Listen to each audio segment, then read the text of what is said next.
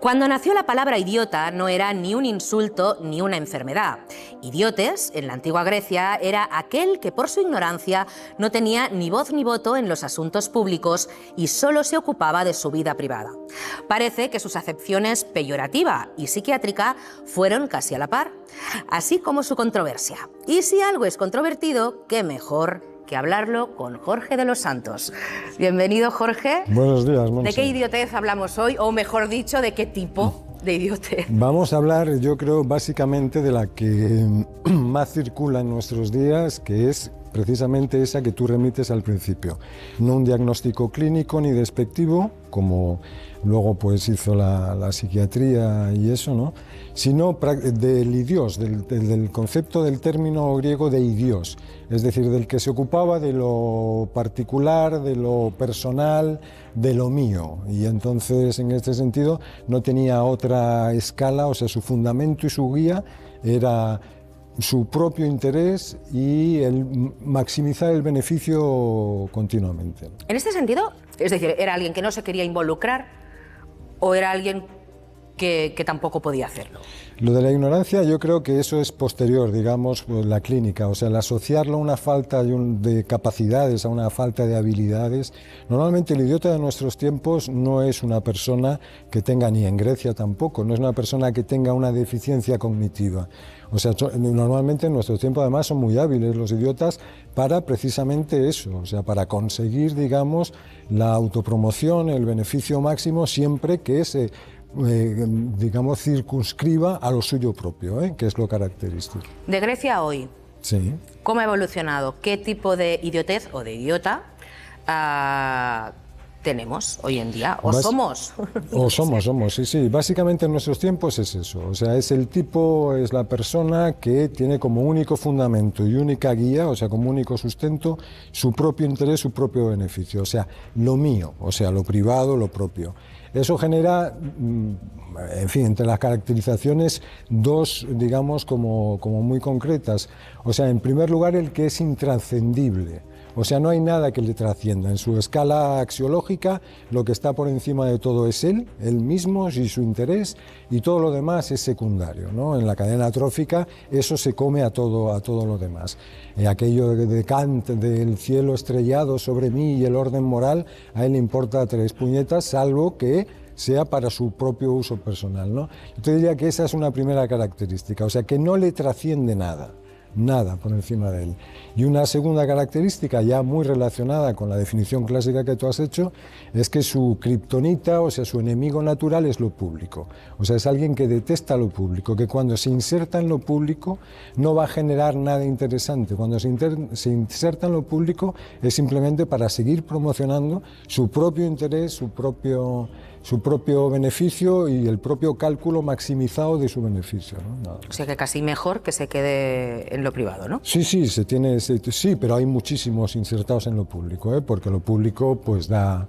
Pero en fin, es un enemigo profundo de lo público, o sea, no se puede dar un sistema, digamos, por ejemplo, democrático que se fundamenta en lo público y en el conflicto que se genera en lo público en base a idiotas, o sea...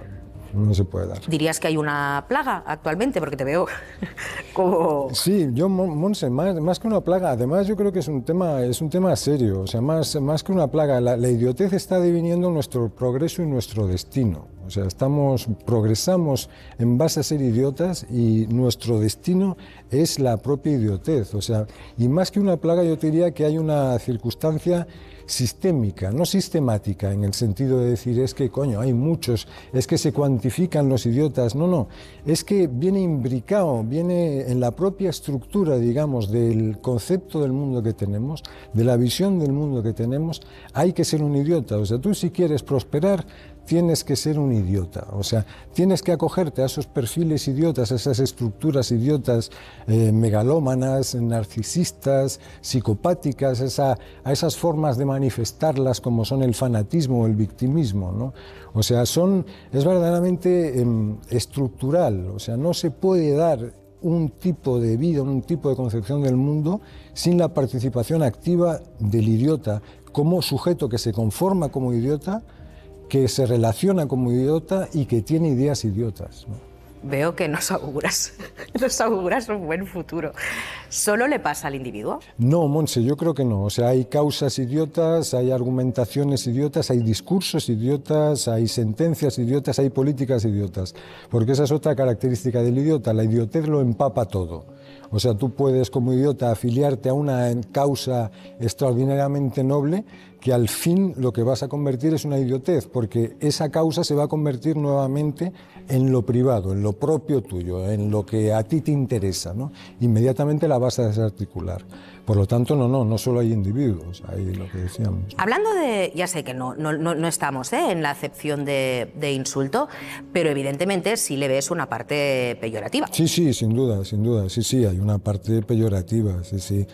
Y una parte peyorativa porque hay una tesis muy interesante, Monse, que se sale un poco de la idiotez, o sea, del idiota, pero que coincide en cierta medida, ¿no? Sloterdijk, por ejemplo, el filósofo alemán tan célebre en nuestros días, sostiene que nuestro mundo, o sea, no se puede dar algo así como el capitalismo o el neoliberalismo si no se produce previamente una desinhibición de otro concepto griego que es el de la hybris.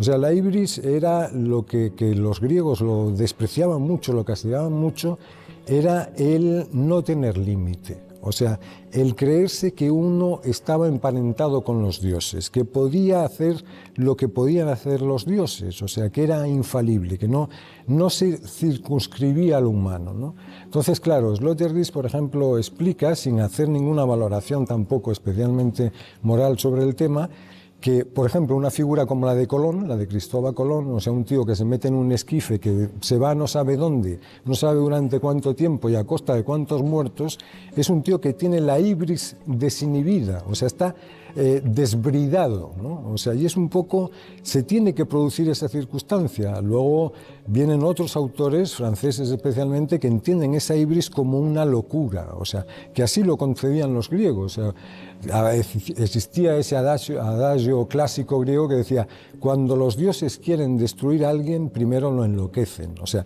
y esa locura era la hibris, o sea, el no saber contener la hibris, ¿no? Pues hay autores como Stigler que entienden ya esa hibris como una locura. Y ese es un poco, digamos, el manejo, la forma de entender nuestro tiempo. O sea, estás entre el desbridado, o sea, entre el que no sabe contener la hibris y el idiota, el que no sabe contener su propio idios, ¿no? Y ahí es la estructura, o sea, sin estas dos ejes, digamos, de circulación, no se podría concebir un mundo, digamos, de libre mercado, un mundo capitalista, un mundo neoliberal, ¿no? O sea, que va intrínsecamente ligado también con la política. Va ligado con la política, sí, naturalmente, sí. O sea, la política, en el sentido, es lo que te decía, o sea, la política es algo para lo que el idiota está inhabilitado, porque la política es la gestión de lo público, y el idiota precisamente detesta, no sabe manejarse en lo público. No es que no sepa, es que lo desarticula, no encerrándose en su cosita, en su casita y como el eremita, sino inundándolo de su porquería, o sea, volcándolo, digamos, en lo público de manera que su privacidad desarticule lo público. Es mucho más una medusa transparente que una tortuga acorazada, ¿no? Y así desarticula lo público. Sí, la política, aunque, o sea, por eso hay la política que hay, pues un idiota no puede generarla. Y ahí es la acepción griega que tú decías. Básicamente el idiota era aquel que no entraba en política. No porque no tuviera capacidad, sino porque no sabía hacerla, no iba con él. Bueno, como dices que se necesitan los contrarios, no acabaremos, ¿no?, con los idiotas, o sea, mejor no acabar, ¿no?, con ellos. Hombre, brevemente, ¿eh? Sí, muy brevemente. Si mantenemos el orden del mundo igual, si mantenemos este orden inercial fundamentado, digamos, en el nihilismo y en la disponibilidad para uno mismo, no cambiaremos el mundo. O sea, mientras los idiotas sean la estructura generativa, pues el mundo, digamos, y nuestra concepción del mundo será la misma, esto es evidente. Idiotas y los locos normalizados, ¿eh? Nuestro loco mundo. Muchísimas gracias, Jorge. Gracias a ti, Montse, un placer, como siempre, igualmente.